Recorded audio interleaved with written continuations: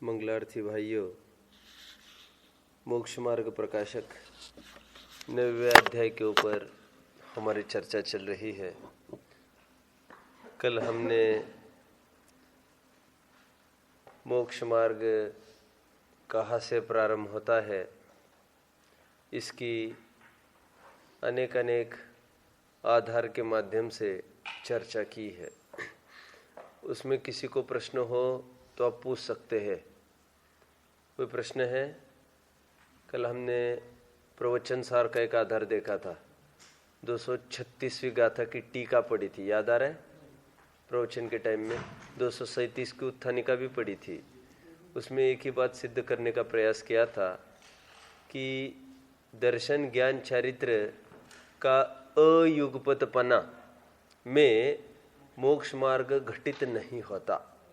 6 ढाला के भी अनेक आधार दिए थे और यही सिद्ध करने का प्रयास किया था कि साक्षात मोक्ष मार्ग तो चारित्रवंतों को ही होता है, मुनियों को ही होता है। और चौथे गुणस्थान को हम परंपरा मोक्ष मार्ग कह सकते हैं। ठीक है, क्योंकि 41 प्रकृतियों का निरोध भी होता है, सम्यक दर्शन सम्यक ज्ञान की प्राप्ति भी वहाँ पर हो जाती है। भले ही अभी अचारित्र है, ज़्यादा टाइम नहीं है, लेकिन अल्प ही काल में देश चारित्र और सकल चारित्र भी प्रकट हो जाएगा। आगे बढ़ना है।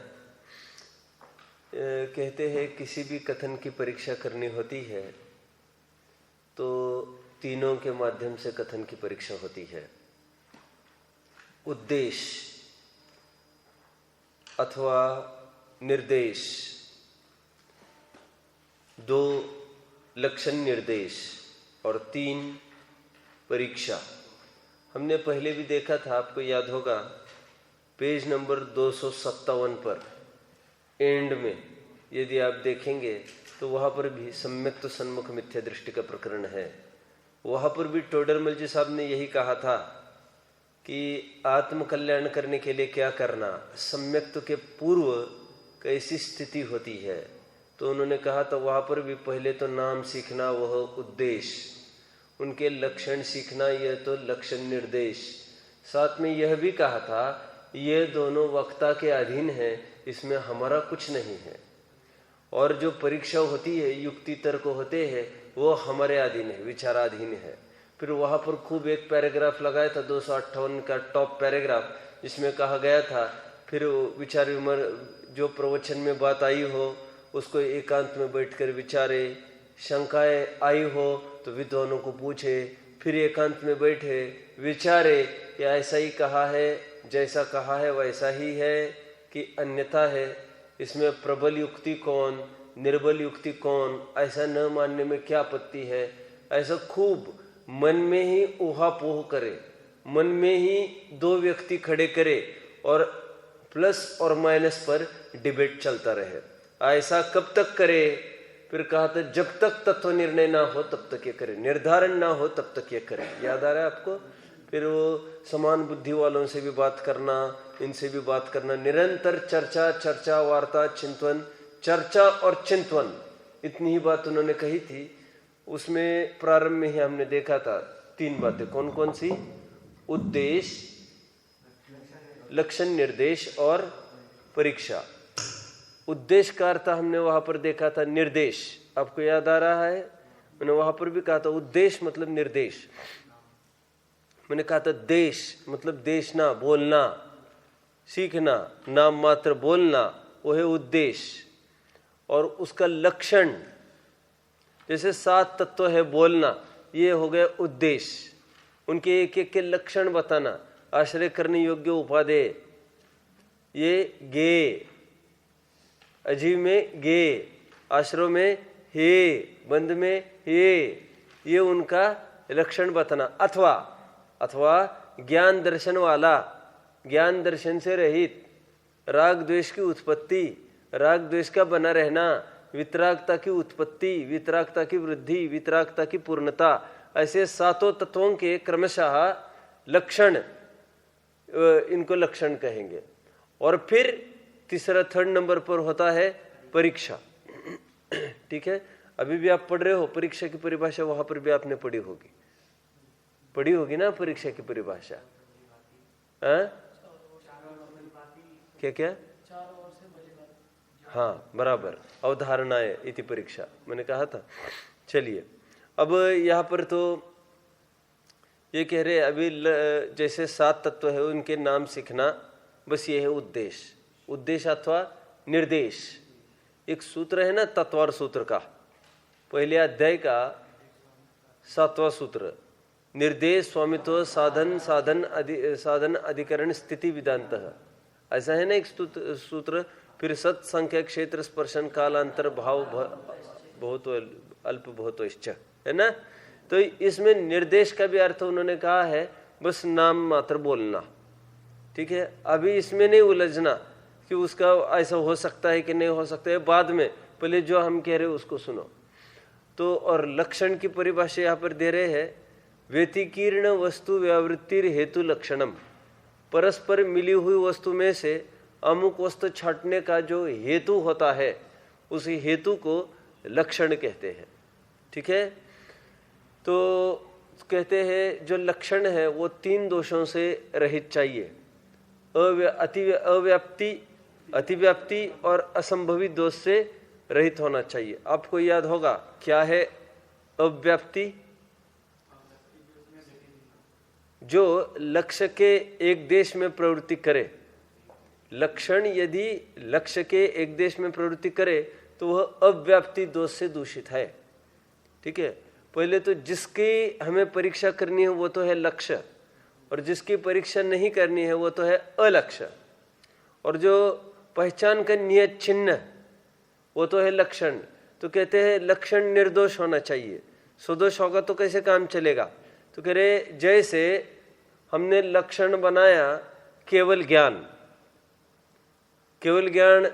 जिसमें हो, केवल ज्ञान पना वो है जीव का लक्षण। तो दिक्कत यह आएगी छद्मस्तों में वह लक्षण नहीं जाएगा। यदि मति श्रुत ज्ञान लक्षण बनाएंगे तो सर्वज्ञों में वो लक्षण नहीं जाएगा, तो अव्याप्ति दोष से दूषित है वो, ठीक है। फिर अतिव्याप्ति दोष से दूषित लक्ष्य तथा अलक्ष्य में भी जिसकी व्याप्ति हो, प्राप्ति हो, वह लक्षण अतिव्याप्ति दोष से दूषित है, निर्दोष लक्षण नहीं है। उस लक्षण से यथार्थ वस्तु हमारे पकड़ में नहीं आएगी।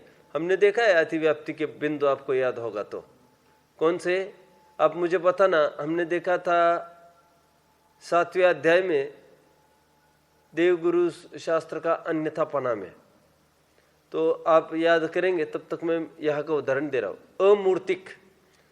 अमूर्तिक पना सो जीव का लक्षण बोला, तो अमूर्तिक यह लक्षण जीव रूप लक्ष्य में तो जाता ही है, लेकिन धर्म अधर्म आकाश काल रूप अलक्ष्य में भी जाता है, इसलिए यह अतिव्याप्ति दोष से दूषित है। हमने पूर्व में कुछ देखे थे पॉइंट्स ऐसे अतिव्याप्ति दोष से दूषित वाले। क्या देखा था? जैसे गुरु का लक्षण दया पालने वाला, याद आ रहा है आपको? नहीं याद आ रहा है आपको? ये दया पालते हैं 7वें अध्याय में। तो मैंने कहा था ये अतिव्याप्ति क्यों? अन्य मतियों के गुरु भी परिशह सहन करते हैं, उपसर्ग सहन करते हैं, दया पालन करते हैं, तो ये अतिव्याप्ति दोष से दूषित होगा। तो उसका ये कहना भी था, आपको याद होगा तो, कह रहे नहीं वहां पर जो दया है वो वैसी नहीं है जैसे जैन दर्शन में बताई है। तो टोडरमल जी साहब ने कहा था वो तो ठीक है तुम्हारा कहना, लेकिन अंश तो आया कि नहीं आया, कितने जन को याद है? नहीं हो तो फिर मैं पढ़ के दिखाऊंगा फिर से। याद आ रहा है? ये पेज क्या है? वेरी नाइस, वेरी नाइस, शाबाश शाबाश। 222 देखिए, बहुत बढ़िया। 222 पेज खोलिए, और तीनों में आपने अतिव्याप्ति देखे थे, खास तौर पर शास्त्र और गुरु में। मैंने लिखा भी था, बिंदु में भी चार्ट जब बनाए थे तभी आपने बनाए थे वैसे ही अतिव्याप्ति के रूप में संकेत किया था। देखिए गुरु 223 में देखिए, 222 में भी बताया होगा, ये मुझे याद नहीं है, होगा 223 में तो स्पष्ट देखिए आप, गुरु भक्ति का अन्यथा रूप में तीसरी लाइन, वहाँ यह मुनि दया पालते हैं, शील पालते हैं, धनादि नहीं रखते, उपवास आदि तप करते, क्षुदादि सहन करते हैं, किसी से क्रोध नहीं करते, उपदेश देकर और उनको धर्म में लगा इत्यादि गुणों का विचार कर उसमें भक्ति भाव करते हैं। परंतु ऐसे गुण तो परमहंस आदि अन्य मतियों में भी तथा जैनी मिथ्या दृष्टियों में भी पाए जाते, इसलिए इनमें अतिव्याप्तिपना है। आ गया अतिव्याप्तिपना, तब मैंने समझाया था, आपको याद होगा। और फिर नीचे भी अभी अपन देखेंगे तो वहां पर भी अतिव्याप्तिपना उन्होंने घटित करके दिखाए। चलो आइए अपने प्रकरण में। और असंभवीपना क्या है? जीव का लक्षण जड़पना बनाना, ये असंभवी लक्षण है। मूल मैंने लक्षणाभास का अलग सा टॉपिक यहाँ पर लिया है, 9th वालों को लिया है मेरे ख्याल से, उसमें अच्छे से चर्चा मैंने उठाई है। मैं आपको प्रश्न पूछना चाहूंगा, मूल ग्रंथ के कोई उदाहरण आप कह सकेंगे मुझे? अव्याप्ति, अतिव्याप्ति और असंभव दोष के बोलिए। गाय का आता है कि जो गमन करे वह गाय। नहीं, मूल ग्रंथ के मतलब मुझे कहना है न्याय दीपिका के जो हमने लक्षणाभास पाठ पढ़ा उसमें कौन कौन से उदाहरण थे, और ये तो उदाहरण नहीं है वहां पर। वैसे बोलिए। गोशावले त्वम, याद आ रहा है कुछ आपको? चित कबरापना गाय का नहीं ख्याल में आ रहा है तो चित कबरापना कहा, वो अव्याप्ति दोष से दूषित, ऐसा उन्होंने बोल दिया। और अतिव्याप्ति दोष में दूषित में क्या लिया था उन्होंने? असंभव दोष में भी क्या लिया था उन्होंने? याद है ना? आत्मभूत लक्षण, अनात्मभूत लक्षण, अव्याप्ति दोष से दूषित, हम सब देखा था हमने। तो आत्मभूत में अग्नि उष्णता, अनात्मभूत में दंड वाला आदमी, चश्मे वाला आदमी। याद आ रहा है आपको कुछ पाठ? वो थोड़ा याद आ रहा है क्या पाठ, कि नहीं याद आ रहा है? और खर विषाणत्वम, असंभव दोष के लिए गधे के सिंह समान। ठीक है, ऐसे हमने देखे थे वहां पर भी। और अतिव्याप्ति दोष से दूषित में क्या देखा था? जो पशु है वह गाय है। याद आ रहा है आपको? प्रश्न पूछो, आपको भी आज फेल करूं मैं फिर से। गाय को पशु कहते हैं, पशु को गाय कहते हैं, इस कथन की परीक्षा कीजिए, दोनों कथन की। गाय को पशु कहते हैं इस कथन की भी परीक्षा करो, और पशु को गाय कहते हैं इस कथन की भी परीक्षा करो। बताओ मुझे, बोलो। गाय को पशु कहते हैं, इसमें तो अतिव्याप्ति दोष है कि गाय तो पशु है ही, लेकिन गाय के अलावा अन्य तेरे भी पशु है। बोलो भाई, ठीक है? अब तुम लोग कुछ यस और नो में कुछ हो ही नहीं, बैठिए, आपको उत्तर गलत है। देखिए, पशु यह लक्षण गाय रूपी लक्ष्य में तो जाता ही है, हाथी घोड़ा आदि अलक्ष्य में भी जाता है, इसलिए अतिव्याप्ति दोष से दूषित। कौन सा? पशु यह लक्षण बनाते हैं, तो गाय यह लक्षण बनाते हैं, जो गाय सो पशु, तो ये अव्याप्ति दोष से दूषित है, क्योंकि गाय रूपी लक्षण पशु रूपी लक्ष्य के एक देश में व्याप्त होता है। आप समझ रहे मेरी बात को? क्या कहा दोनों कथन, बताओ मुझे। हाँ, गाय सो पशु, एक देश रूप से व्याप्त होता है। बोलो हाँ, बराबर, बैठिए। और पशु सो गाय, अतिव्याप्ति दोष से दूषित। पशु बनेगा लक्षण, गाय बनेगा लक्ष्य। समझते हो आप? ठीक है, जैसे अभी आपने बनाया गाय सो पशु, तो ये पहले ये देखे पशु के अलावा अन्य मानव आदि जाति में गाय पाई जाती है क्या? नहीं, तो अतिव्याप्ति दोष से तो दूषित है ही नहीं। अभी इसमें देखे, और पशु रूप जाति में भी एक देश रूप से पाई जाती है, इसलिए अव्याप्ति दोष से दूषित है। और असंभवपना तो उसमें है ही नहीं। समझ में आ गया? क्योंकि गाय है वो पशु तो है ही। ठीक है, ऐसे मीमांसा करनी चाहिए। और फिर जीव में भी केवल ज्ञान आदि मति ज्ञान आदि इस प्रकार घटित होगा। तो टोडरमल जी साहब ये कह रहे, ये क्यों करना हमको सब? ये करना इसलिए है क्योंकि हमें लक्षण अभी सम्यक्तों का देखना है। आज किसका देखना है? तो फिर कह रहे तुमको यदि लक्षण ही पता नहीं होगा, किसे कहते हैं अतिव्याप्ति अव्याप्ति, ये असंभव दोष से दूषित वाला, से रहित वाला, तो तुम लक्षण कैसे निर्धारित करोगे? इसलिए पहले तो न्याय की थोड़ी सी बातें इन्होंने यहाँ पर लिख दी है और फिर वे आगे बढ़ रहे हैं। और जीव का लक्षण ज्ञान ही है, क्योंकि कोई जीव के अलावा कोई अन्य द्रव्य में ज्ञान नहीं पाया जाता, इसीलिए अतिव्याप्ति दोष से दूषित नहीं है। और जीव किन्हीं किन्हीं जीव में ही ज्ञान पाया जाता है, ऐसा भी नहीं है, इसीलिए अव्याप्ति दोष से भी दूषित नहीं है। ठीक है। और ज्ञान है वो जीव में ही पाया जाता है, इसमें असंभवपना नहीं है, बिल्कुल संभव है, ये असंभव दोष से भी रहित है। अभी आइए अपने प्रकरण में सम्यक दर्शन का सच्चा लक्षण, यह प्रकरण हमारा चलेगा। पहले तो आप एक काम करेंगे, 314 पेज पर अब इनका निर्देश, लक्षण, निर्देश और परीक्षा द्वार से निरूपण करते हैं। ये जो लाइन है ना बीच में, इसको एकदम ये बोल्ड टाइप होनी चाहिए थी मेरे ख्याल से, क्योंकि यहाँ से पूरा 7-8 पेज प्रकरण चलेगा। तो आप इतना करिए, इसको बॉक्स करिए, एक प्रकरण चालू होने जा रहा है यहाँ से। अब इनका निर्देश, लक्षण, निर्देश और परीक्षा द्वार से निरूपण करते हैं। तो यहाँ तक 315 के आधे तक उन्होंने सामान्य चर्चा की है, और फिर अब सम्यक दर्शन का सच्चा लक्षण की खोज में ये श्रृंखला आगे बढ़ेगी, जो काफ़ी पेजेस तक चलने वाली है। ये लगभग 7-8 पेजेस तक ये प्रकरण चलेगा, सम्यक दर्शन का सच्चा लक्षण। अनेक अनेक प्रश्न उत्तर चलेंगे। टोडरमल जी साहब ने, आपको ख्याल में होगा, सच्चे लक्षण में सच्चा मतलब यहां पर क्या, निर्दोष। कौन सा लक्षण लिया है सम्यक्त्व का? तत्वार्थ श्रद्धानम सम्यक दर्शनम। इतना ही नहीं, विपरीत अभिनिवेश रहित तत्वार्थों का श्रद्धान, वो सम्यक दर्शन, ये लक्षण बनाया इन्होंने। क्या लक्षण बनाया? विपरीत अभिनिवेश रहित तत्वार्थ का जीवादि तत्वार्थ का यथार्थ श्रद्धान। ठीक है। अभी फिर ये कह रहे हैं विपरीत अभिनिवेश मतलब क्या?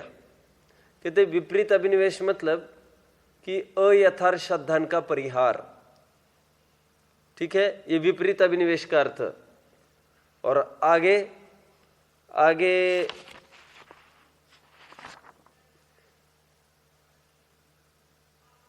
विपरीत अभिनिवेश का और अर्थ विपरीत अभिनिवेश रहित। तो कह रहे सम्यक, मैंने एक दिन आपको लिया था, आपको याद होगा, तो मैंने कहा था, अच्छा 10th वालों को लिया था ये मैंने, आपको याद होगा, हमने भाग में मुक्ति का मार्ग ये पाठ पढ़ा है, किसी को याद है?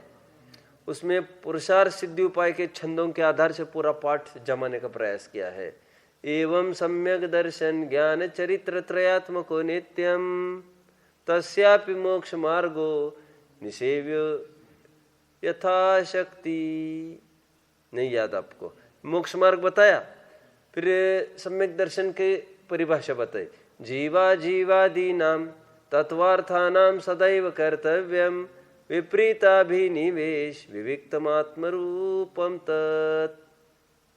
याद आ रहा है आपको? छंद है उसमें। फिर सम्यक ज्ञान के, सम्यक चारित्र के विपरीत अभिनिवेश रहित, उन्होंने भी वहां पर जोड़ दिया है। तो विपरीत अभिनिवेश रहित मतलब सम्यक। मैंने आपको पहले भी कहा है, तत्वार सूत्र का पहले अध्याय का पहला सूत्र, सम्यक दर्शन ज्ञान चारित्राणि मोक्ष मार्ग है। सम्यक का सामान्य अर्थ क्या किया आचार्यों ने? हाँ बोलो। सम्यक मतलब प्रशंसनीय, बहुत अच्छा। सम्यक का अर्थ होता है प्रशंसनीय, लेकिन तीनों में तीनों अलग अर्थ घटित करके दिखाए। सम्यक दर्शन में, सम्यक ज्ञान में और सम्यक चारित्र में। सम्यक दर्शन में सम्यक का अर्थ क्या होगा कह रहे हैं? विपरीत अभिनिवेश रहित। सम्यक ज्ञान में सम्यक का अर्थ क्या होगा? संशय विपर्य अनध्योषय रहित, बराबर। और सम्यक चारित्र में सम्यक का अर्थ क्या होगा, आप बताओ? अज्ञान पूर्वक क्रिया का निषेध। सर्वार सिद्धि भी आपने वहां चलता था, तभी इतना प्रकरण तो आया था, पहले दिन मैंने लिया था, आपको याद होगा।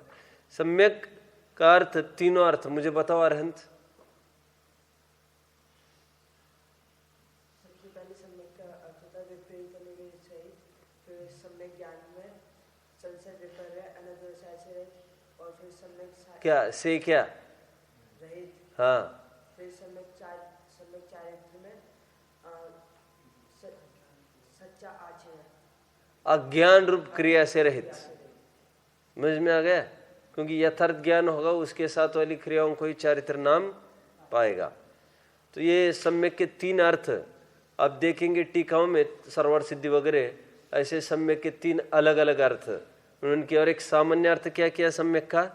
प्रशंसनीय। तो टोडरमल जी साहब कह रहे हैं श्रद्धा तो वही प्रशंसनीय है, कौन सी? जो विपरीत अभिनिवेश रहित हो। और 2 फॉर्मूले बताओ अब मुझे, और 2 फॉर्मूले बताओ जो मैंने अभी एक बताया उसके आधार से। हम बोलो। बराबर, संशय विपर्यास अनद्वय रहित हो। आगे बोलो। बोलो चिन्मय, आगे का। हाँ बैठो। चारित्र वही है जो अज्ञान रूपी क्रिया से रहित। चारित्र वही प्रशंसनीय है। प्रशंसनीय क्यों बोल रहे हो? सम्यक का अर्थ खोल रहे ना वे। बैठिए, चलना है आगे। प्रशंसनीय सम्यक का सामान्य अर्थ है। तो यहां पर कह रहे अभी मीमांसा कर रहे तत्वार्थ इन शब्दों को लेकर, तत्व और अर्थ। देखिए अब कैसा बोल रहे टोडरमल जी। अब यहां पर ध्यान दीजिए तो मैं आगे बढ़ूंगा अभी।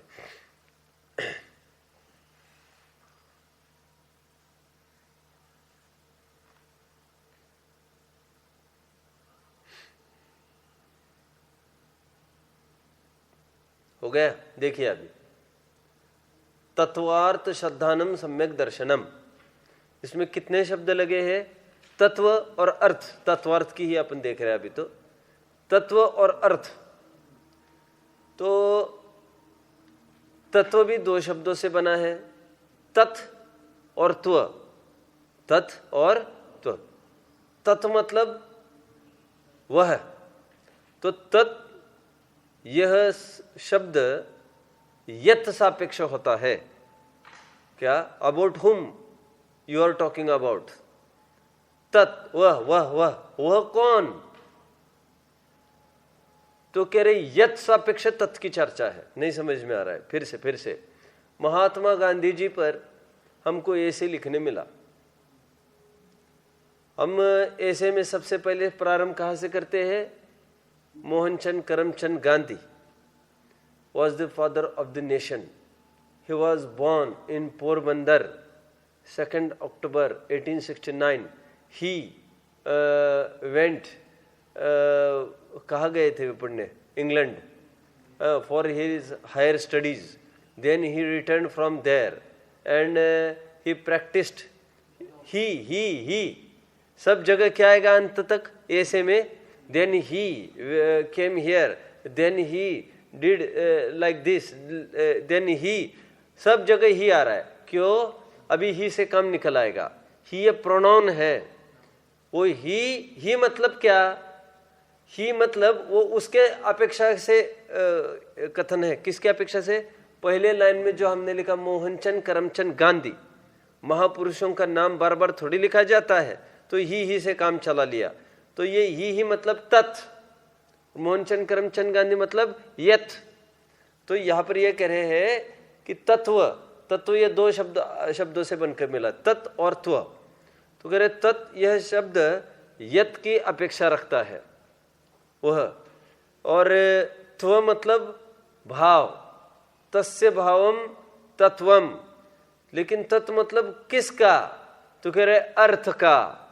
अर्थ द्रव्य गुण पर्याय में किसी को भी अर्थ, कोई भी अर्थ हो सकता है। हमने प्रवचन सार की 87वीं गाथा देखी थी, आपको याद होगा तो। और द्रव्य गुण पर्याय ये तीनों अर्थ संज्ञा से अभिधेय है। आपको याद आ रहा है? अभिधान और अभिधेय लिया था हमने, और अर्थ संज्ञा से द्रव्य गुण पर्याय तीनों शामिल हो जाते हैं। नहीं याद आ रहा है आपको? मैंने सूत्र भी कहा था परीक्षा मुख का आपको, द्रव्य गुण पर्यायवत अर्थम। मैंने कहा था गुण पर्यायवत द्रव्यम, और द्रव्य गुण पर्यायवत अर्थम। मैंने कहा था तीनों को अर्थ संज्ञा है, तीनों को पदार्थ संज्ञा है, द्रव्य गुण और पर्याय। ठीक है? तो भी तो अपन 7 तत्व कहते हैं, 7 तत्वार्थ। तो उसमें तो 2 द्रव्य रूप है, जीव और अजीव, और बाकी के असरों से लेकर पुण्य पाप तक ये पर्याय रूप है। इसका मतलब पदार्थ द्रव्य रूप भी हो सकता है, गुण रूप भी और पर्याय रूप भी। तो यहाँ पर इतना ही कहा जा रहा है, तत्वार्थ का अर्थ खोल रहे हैं। तो तत्व अर्थ, इन तीनों का अर्थ खोला यहाँ पर। तत् मतलब वह, त्व मतलब पना, उसका भाव, और अर्थ मतलब द्रव्य गुण पर्याय, किसी के भी बारे में चर्चा चल रही होगी। एक प्रकार से तत् मतलब वो द्रव्य गुण पर्याय ही लेना है आपको। समझ में आया? तो कह रहे हैं, लोग कहते हैं ऐसा होता है, टोडरमल जी साहब को किसी ने प्रश्न पूछा कि तत्वार्थ, तत्व और त्व, ये अर्थ और तत्व दोनों को ज्ञान की आवश्यकता क्यों पड़ती है? क्या प्रश्न है? अर्थ और तत्व। तो टोडरमल जी साहब ये कह रहे हैं कि जैसे किसी को ये कहा आत्मा का आश्रय लो, आत्मा का आश्रय लो। आत्मा का आश्रय लो मतलब उसको पदार्थ तो बताया हमने, तो लेकिन उसको भाव नहीं बताया है अभी। आप समझ रहे हो मेरी बात को? क्या कहा मैंने? उसको आत्मा का आश्रय लो ये तो बोल रहे हैं, लेकिन उसको भाव नहीं पता। जैसे 8वीं गाथा की टीका समय सार की, म्लेच्छ को आत्मा आत्मा कहते रहे तो आत्मा समझेगा क्या? तो उसको क्या बोलना पड़ेगा? जो जानता ज्ञानता है, जानता देखता है, वो जीव है। आत्मा आत्मा कहते रहेंगे तो समझेगा नहीं। तो जानेगा, गुण की तरफ से परिचय कराया तो वो समझ में आ जाएगा। मतलब मात्र अर्थ कहने से काम नहीं चलेगा, भाव भी तो पता होना चाहिए। समझ में आया? इसलिए मात्र अर्थ श्रद्धानम सम्यक दर्शनम ऐसे सूत्र नहीं हो सकता, क्योंकि तत्व तो ख्याल में चाहिए ना उसका, बात एक। और फिर ये कह रहे हैं मात्र हमने तत्व बताए, ज्ञान का आश्रय लो, ज्ञान का आश्रय लो। तो ज्ञान ही तो जीव नहीं है, ज्ञान आदि अनंत गुणों का पिंड जीव है। समझ में आया? तो सुख गुण भी तो अपना ही है, ये भी तो पता चलेगा। और ऐसे आनंद गुण हमारे हैं, अस्तित्व वस्तुत्वादि, तो पूर्ण वस्तु अपनी है, ये भी तो समझ में आना चाहिए। इसीलिए ऐसा भी सूत्र नहीं बन सकता। कैसा नहीं बन सकता? हाँ, तत्व श्रद्धानम सम्यक दर्शनम। तो कह रहे वो किसका तत्व है ये भी पता होना चाहिए। अर्थ का भी ज्ञान कराओ। पहले में क्या बताया? दो परीक्षा दो चीज की कर रही है। ये कह रही यदि हम अर्थ हटाए तो क्या दिक्कत है, और यदि तत्व हटाए तो क्या दिक्कत है। ये क्यों चल रही है वहां पर इतनी? इसलिए क्योंकि सूत्रात्मक शैली से आप क्यों नहीं लिखते? अब छोटा सूत्र बनाओ ना। अब तत्व भी और अर्थ भी दोनों क्यों लिख रहे हैं? टोडरमल जी साहब ये कह रहे हैं दोनों का अपना अपना उचित है। तत्व इसलिए लिखा भाव पता होना चाहिए, और अर्थ इसलिए लिखा वो किसका भाव है यह पता होना चाहिए। ठीक है? तो इसलिए भेद विज्ञान भी जब हम करते हैं, तो जैसे पुद्गल से भेद विज्ञान करना है तो पुद्गल से भेद विज्ञान करो, पुद्गल से करो। तो पुद्गल क्या चीज है कैसे पता चलेगा अजैनियों को? इसलिए डैश डैश सूत्र नहीं हो सकता। क्या नहीं हो सकता? अर्थ श्रद्धान सम्यक दर्शन नहीं हो सकता। उसको भाव बताओ। भाव मतलब कैसे बताओ?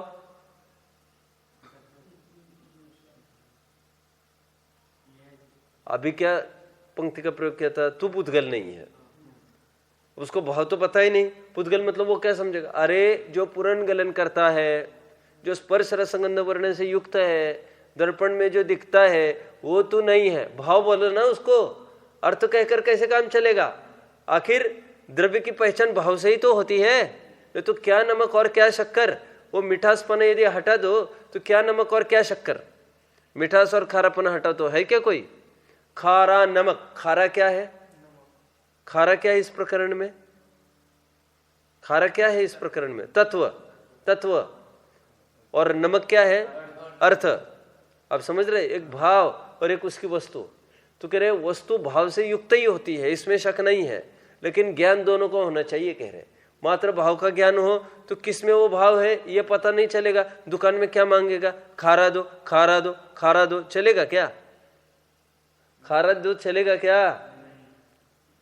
और नमक दो भी कैसे मांगेगा जाकर? क्योंकि स्वयं को तो पता हो कि वो खारा होता है। नहीं तो चाहे जो वस्तु मांगे और उसको भाव पता ना हो, ऐसा चलेगा क्या? दोनों वस्तु का ज्ञान होना चाहिए। वस्तु द्रव्य क्षेत्र काल भावात्मक होती है। चिन्मय क्या कहा?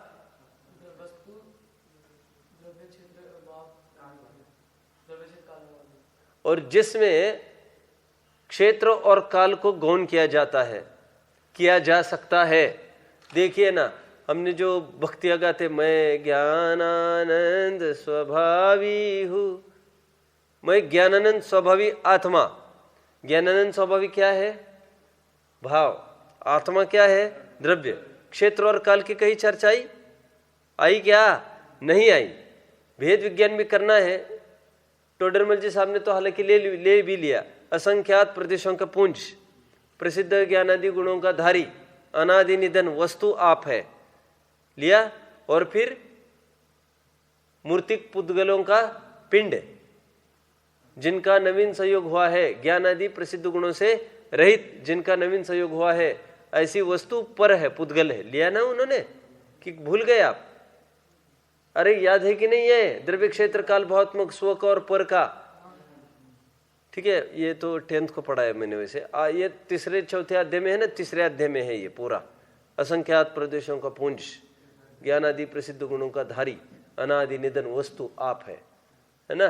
तो मुझे तो ये कहना है, वो प्रदेश नहीं भी कहते तो भी चलता है, और काल नहीं भी कहते तो भी चलता है। क्यों? काल तो सभी का अनादि निधन है। और प्रदेश से हमको क्या फर्क पड़ता है? आनंद भी होते, संकेत भी होते, फर्क क्या पड़ता? तो प्रयोजन की सिद्धि दो वस्तु तो चाहिए ही चाहिए, द्रव्य और भाव।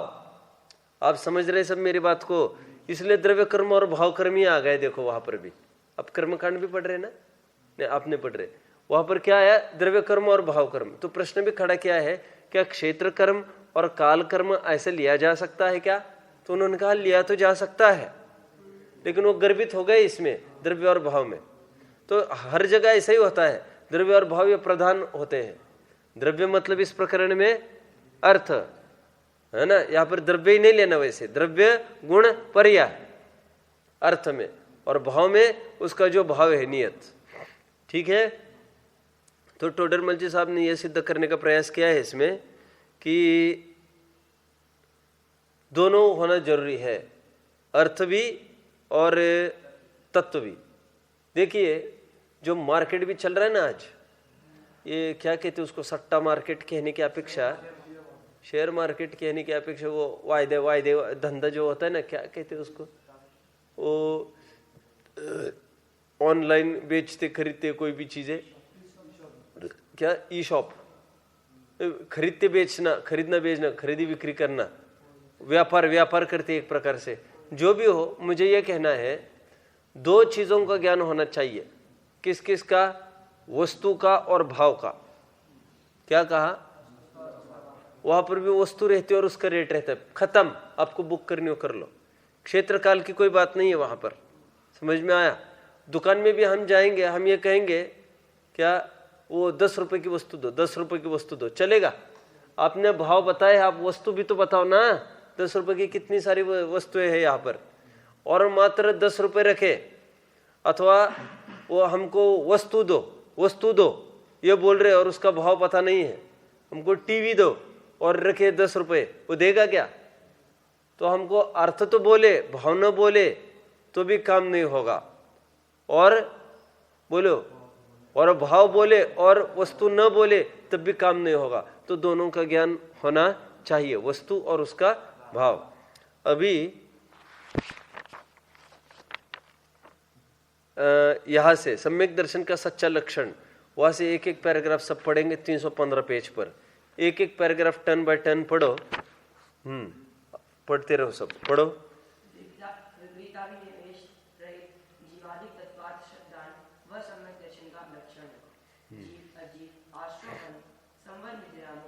यह 7 तत्वार्थ है। इनका जो श्रद्धांत ऐसा ही है, अन्यथा नहीं है। ऐसा प्रतीति भाव सुतत्वार श्रद्धान है। समझ में आ गए? तत्व और श्रद्धांत ऐसा ही है, अन्यथा नहीं है। इदमेव दृश्यम चैव तत्वम नान्यन्य चान्यथा। याद आ रहा है कुछ आपको? रत्नकरण साव का निशंकितपना, ऐसा यहाँ पर निर्धारण हो। हाँ पढ़िए।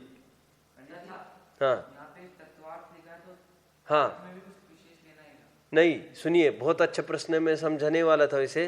तो टोडरमल जी साहब ने अंत में समझाया है, आप उसको तत्व कहो या अर्थ कहो चलेगा, या तत्वार्थ कहो चलेगा, एक अर्थवाची, क्योंकि एक को कहा दोनों को शामिल समझना। हम 7 तत्व तो प्रचलित हो गए हैं, लेकिन 7 अर्थ भी यदि कोई कहता है तो भी उसमें गलत कुछ नहीं होगा, क्योंकि वो तो तत्व से युक्त ही होता है। और 7 तत्वार्थ कहे तब तो फिर सभी बातें खुली रही है। हालांकि प्रचलित तो तत्वार्थ ही होना चाहिए था, क्योंकि मूल सूत्र क्या था? तत्वार्थ धनम सम्यक दर्शनम। तो तत्वार्थ है ये सात मतलब, क्योंकि ये जीव अजीव कायदे से तो ये अर्थ ही है, ये तत्व भी नहीं है खरे कर। तो ये क्या कहा मैंने, कितने जन समझ रहे? कायदे से तो यह अर्थ ही है, तत्व तो इनका अभी बोला ही कहा है, और प्रचलन क्या हो गया? 7 तत्व। तो कहना हो तो कह रहे 7 तत्वार्थ बोलो, क्योंकि इनसे जुड़ा कुछ भाव भी है, ये सबको ख्याल में आना चाहिए। क्योंकि वैसे 7 तत्व के नाम रटता जाएगा तो उससे सम्यक तो होगा क्या? उसका भावभाषण कैसे होगा, भाव पता हुए बिना? इसलिए अंतिम लाइन देखो इन्होंने क्या लिखी है। अभी इनके प्रश्न को अपेक्षा करके अपना अंतिम लाइन पढ़ो भाई, इसके अंतिम। हाँ, इस प्रकार तत्व और अर्थ, ऊपर पढ़ो थोड़ा। इस अर्थ द्वारा, हाँ, इस अर्थ द्वारा कहीं तत्व श्रद्धान को सम्यक दर्शन कहे, और कहीं पदार्थ श्रद्धान को सम्यक दर्शन कहे, और कहीं पदार्थ श्रद्धा,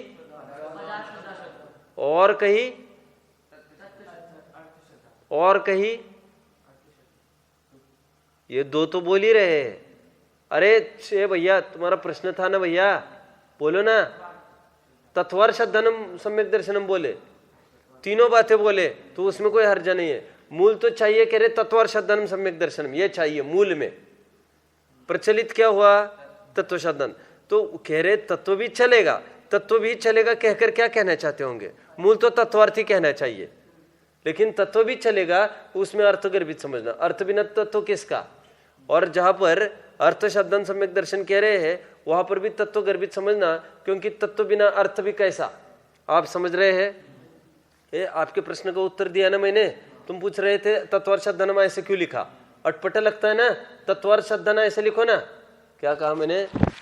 वो देखो यहाँ पर लिखा तत्वार्थ शब्दनम, और हमको क्या लगता है 7 तत्वों का बोलो ना। आप 7 तत्वार्थों का क्यों बोलते हो? ऐसा टेढ़ी भाषा क्यों बोलते हो आप? 7 तत्व होते हैं, आज तक भी किसी विद्वान ने ये नहीं पढ़ा है 7 तत्वार्थ होते हैं, तो इनको अटपटी लगी। तो मैंने ये कहा मूल तो तत्वार्थ ही शब्द बोलना चाहिए, दोनों भाव और अर्थ दोनों ख्याल में आने चाहिए। लेकिन प्रचलित हुआ तत्व, लेकिन कोई प्रचलित भी करे क्या?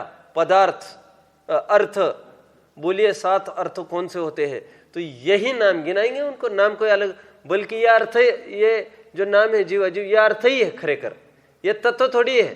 तत्व तो इनको बाद में समझाएंगे। कितने जन समझ रहे बात को? बहुत अच्छा, चलिए आगे। हाँ,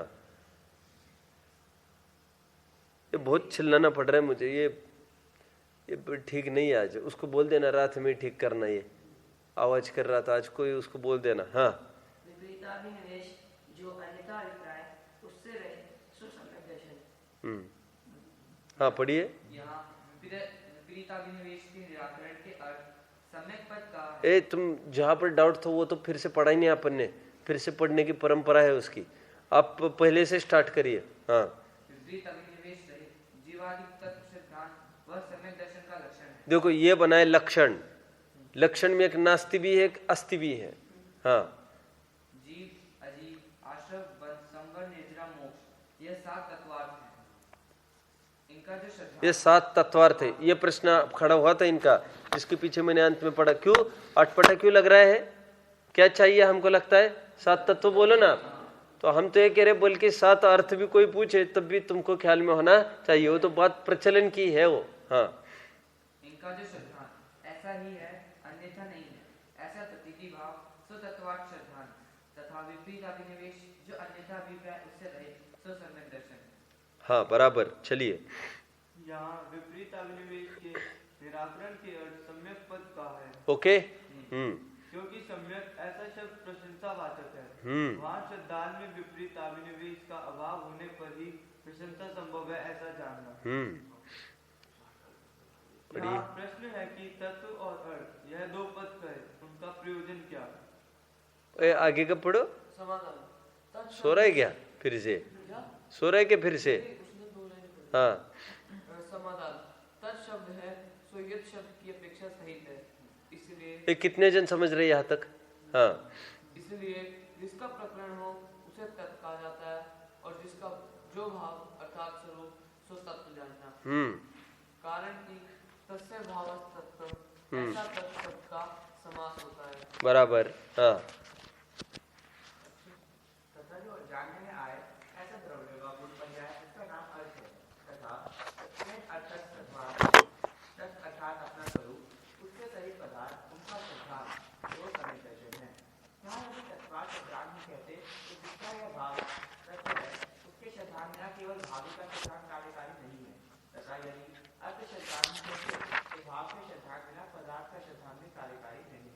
समझ में आ रहा है? हाँ,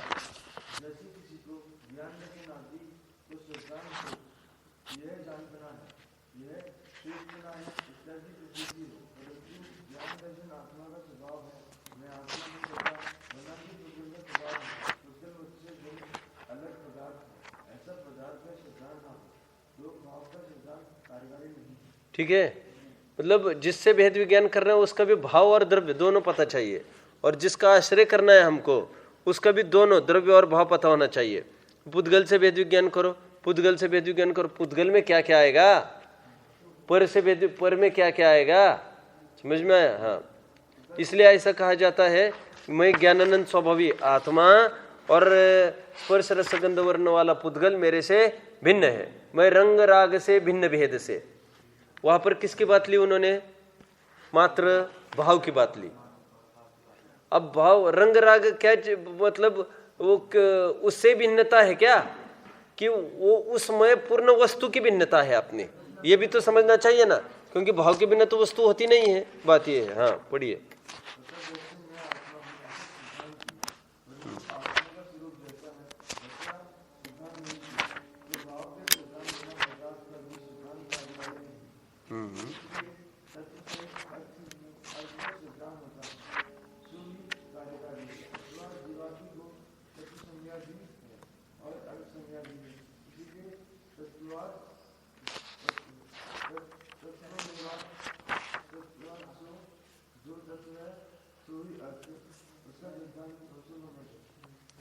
ठीक है,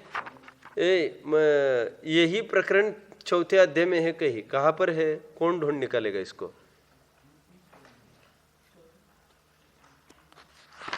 ख्याल में नहीं है आपको?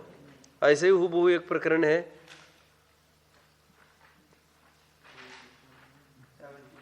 हाँ?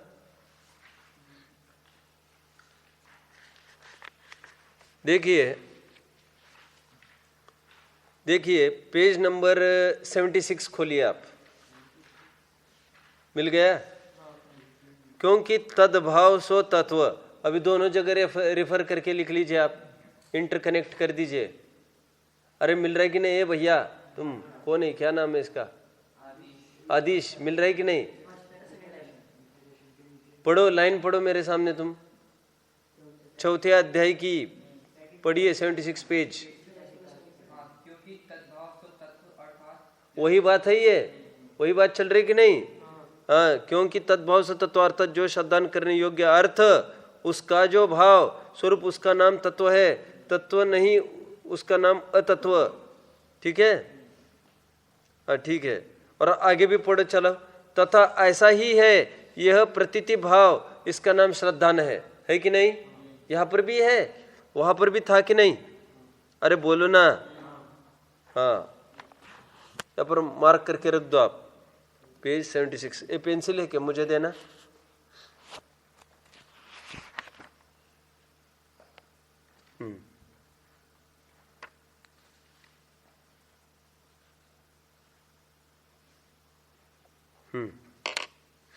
चलिए, हाँ भाई चलो, अभी हो गया क्या? पूरा पढ़ लिया क्या? चलो पूरा पढ़ लिया है आपने। अब तत्वार साथी क्यों ये प्रकरण चलेगा, ये अपन कल से चालू करेंगे। रोज दो पेजेस आराम से होंगे। ये तो बहुत इजी प्रकरण है, बहुत ही इजी है ये। ओम नमः।